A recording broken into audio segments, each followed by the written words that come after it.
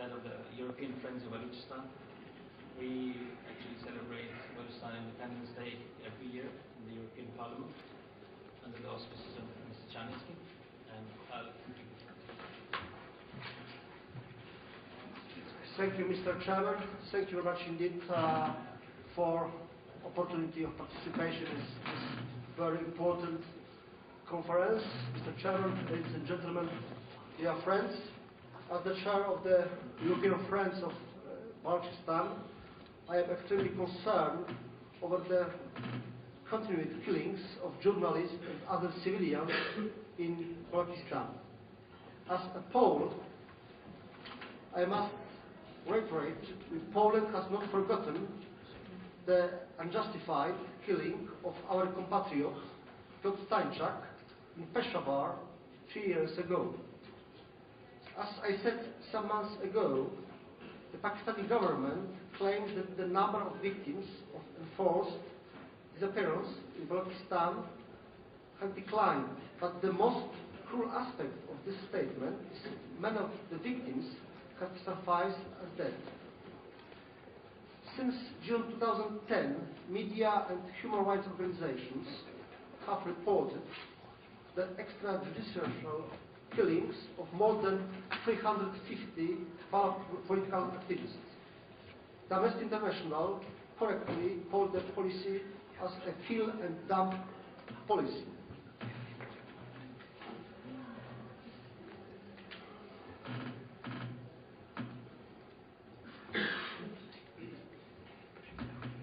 As a member of the European Parliament, let me recall that my heart goes out to the Balochistan victims who are facing the same ordeal more than 6 decades after the end of the Second World War.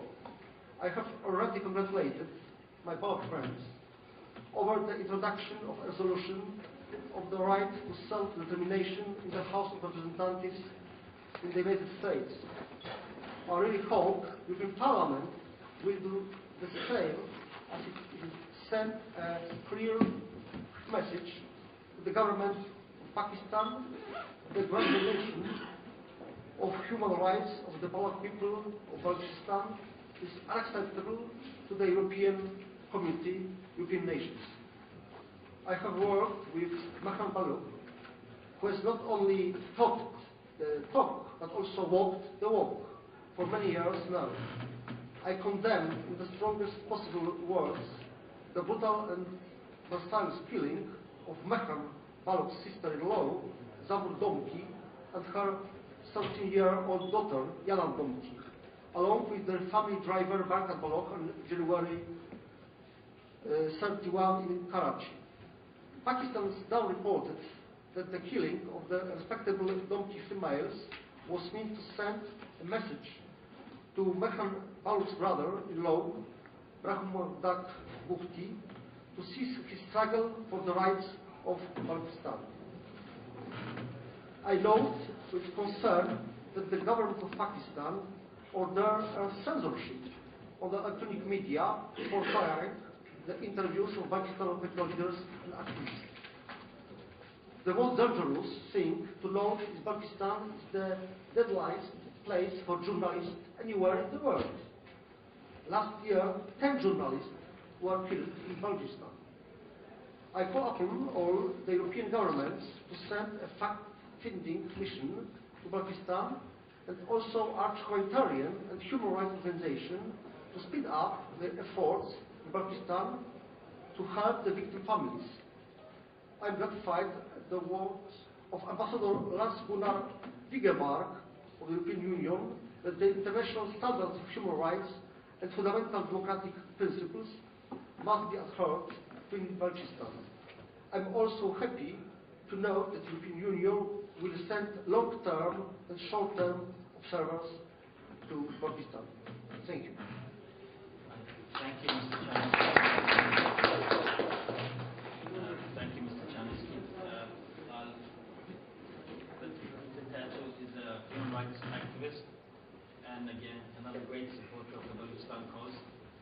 He has done written many articles and done very interesting stunts in the cause of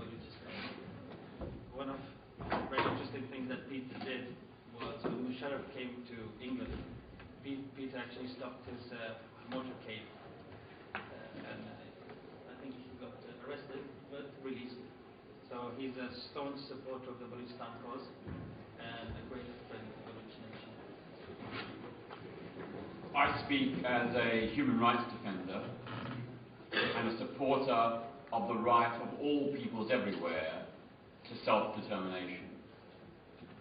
Those rights, those human rights, those rights to self-determination apply to the people of Balochistan as much as every other person and people in the world.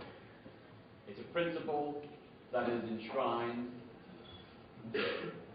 in... Sorry, I'll start again, sorry about that. I speak as a human rights defender and a supporter of the rights of peoples to self-determination. Those principles of human rights and self-determination apply to all peoples everywhere, including the people of Balochistan. I want to just refer briefly to some of my own writing and synopsis of various reports, which I think summarise the situation in Balochistan today. I can remember about this time last year writing a series of articles highlighting the escalating extrajudicial killings. We know that there is a uniform consensus among all human rights organisations that there are grave and gross human rights abuses happening in Balochistan. In many cases, in fact in most cases, the finger of blame points squarely at the security forces of Pakistan. There's no escaping that fact. We look at the Asian Human Rights Commission, the Human Rights Commission of Pakistan, Amnesty International, Human Rights Watch, and many other organisations have all come to this same conclusion. They cannot all be wrong. So Pakistan's denials simply are not credible. Pakistan's claims that the situation is improving is simply not borne out by the facts. If I look back to about a year ago, the Asian Human Rights Commission reported that between January and May 2011, at least 36 Balochistan journalists, writers, human rights defenders, students, nationalists and political activists had been killed extrajudicially. And that in nearly every single case there was some evidence, if not overwhelming evidence, that these killings were perpetrated by the security forces of Pakistan.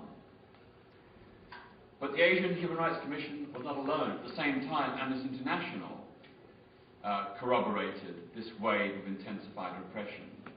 It documented the disappearance or murder of 90 persons in attacks between November 2010 and February 2011.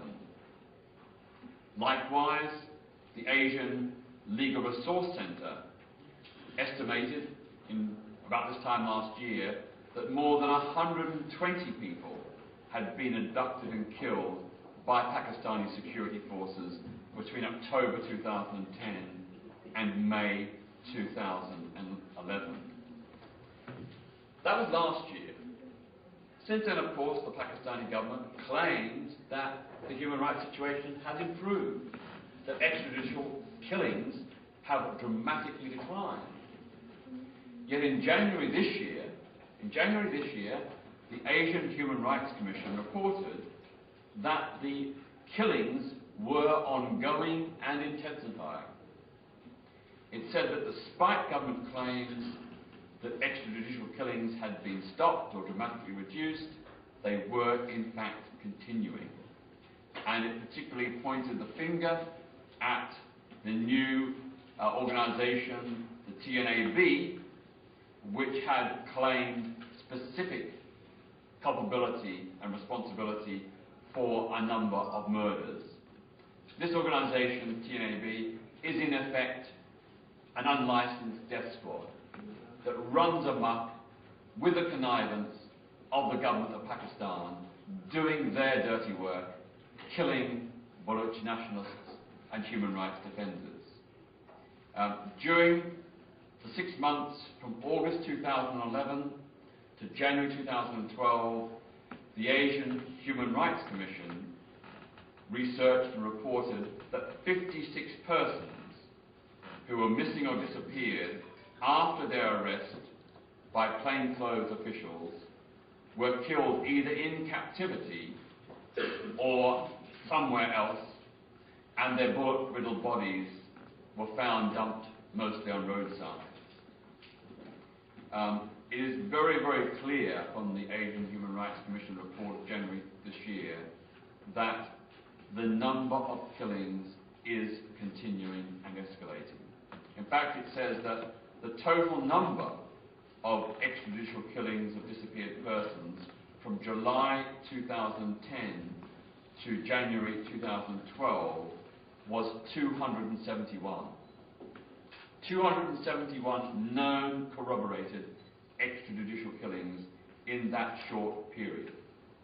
And in particular, the Asian Human Rights Commission expresses grave concern about the activities of the TNAB, which is, as I say, effectively an unlicensed death squad.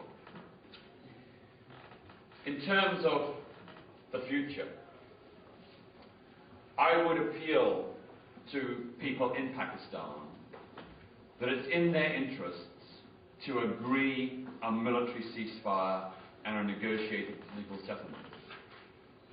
The human rights abuses in Balochistan, the ongoing military operations there, are causing huge damage to Pakistan's international reputation. Pakistan is being damaged politically and morally by this wave of killings. The military occupation of Balochistan is costing Pakistan millions. It's a financial drain and burden on the Pakistan economy. The money spent on military garrisons and operations will be far better spent on health and education for the people of Pakistan. It is simply a matter of self-interest. The self-interest of the people of Pakistan demands a negotiated political settlement, and before that, a ceasefire and a cessation of operations. What I'd like to do is just set out very briefly some ideas about how we may move from human rights abuses and war to peace and a negotiated political settlement. These are my own ideas, and ultimately, of course, it is for the people of Balochistan alone to decide the way forward. You know, the people of Balochistan must decide their own future, but I offer these as some practical suggestions as a way that we could move things forward. I would say the first step towards a solution is a ceasefire and cessation of all military operations by both sides in the conflict. And in particular, the withdrawal of troops and paramilitaries to barracks, the withdrawal of Pakistani military forces and paramilitaries to barracks, and a halt to the construction of new military bases and outposts, plus the independent monitoring and supervision of this process by UN observers and peacekeepers. And the next step, or simultaneously, would be for Pakistan to release all political prisoners and provide a full account of the fate of all disappeared persons, which runs into the hundreds, if not the thousands. There needs to be open access to all parts of Balochistan for journalists, aid agencies, and human rights organizations. The idea that certain areas are off limits, beyond scrutiny, is unacceptable. Balochistan must be opened up so that there can be independent investigation and resourcing in that area and that region. There must be a right of return.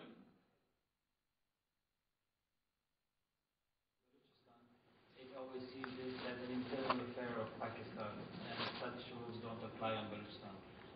we have to debate this, the Pakistan's double standards, whereas in all international forums it promotes the right to self-determination for Kashmir and Palestine. Why the different view on Balochistan? Very interesting point. We'll try once more, see if the video works. If not, I will do it.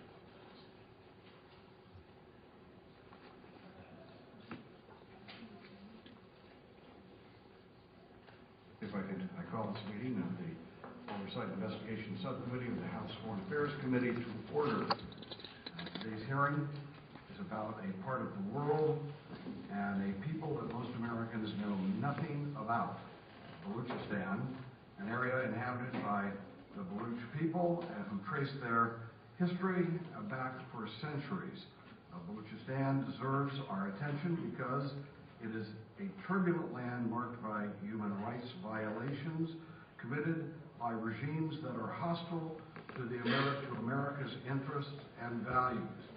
It holds a very strategic location in an area of intense international rivalries. Balochistan comprises about 800 miles of coast at the head of the Arabian Sea between Iran and India and runs inland to southern Afghanistan. The Baluchs are a fiercely independent warrior people who have made their land a perilous land to invade, except until that natural gas and other mineral wealth was discovered there in this last century. During the 17th century, the tribes were united in a loose confederation until the British incorporated the area into the Indian Empire in the 19th century. The British, however, ruled the area with a light touch. A book called Chasing a Mirage, The Tragic Illusion of Islamic State. He's written another book called The Jew is Not My Enemy.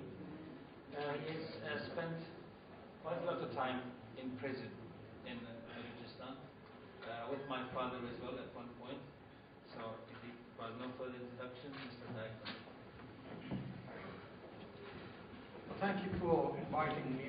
I come here from the placid and dull place called Canada, where nothing really exciting ever happens, but where enough Baloch have settled for that country to know that when people want to ask for their own self-determination, we in Canada know how to give it to them. We just simply have a referendum, and that's why Quebec has stayed with Canada, whereas when it wants to leave, it will have the right to leave.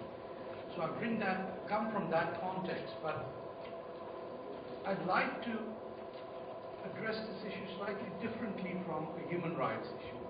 Pakistan is not necessarily killing people only in Balochistan. The institutions of Pakistan are fundamentally created on the crux of bloodshed. Pakistan was born in a genocide of about 1 million people, Muslims, Hindus and Sikhs, who got slaughtered because of the very vision of what was then called the two-nation theory, which means that the Hindus and Muslims are two separate people and anyone in between really doesn't matter. You can imagine being a Zoroastrian or a Sikh or a Baha'i Indian to say, I don't really exist, simply because that two-nation theory was put into practice. A nation whose reason d'etat is bloodshed will create bloodshed, because more people in the urban city of Karachi die in a year than ever would die in Balochistan. So it's not as if human rights issues are at stake. Even in its most benign existence, in its most democratic form, the very nature of Pakistan is to oppress. Pakistan would not be a state if it did not aspire to be a medieval caliphate, which would be the castle of Islam, which it claims to be. Because medieval kingdoms and medieval states were based on the ownership of people, they were based on slavery, they were based on racism, they were based on the notion that there are certain people who are fair-skinned and rule, and there are some who are black and African who have to be sold in ships, whether from Arabia to India or from Africa to the United States. Those medieval concerns today get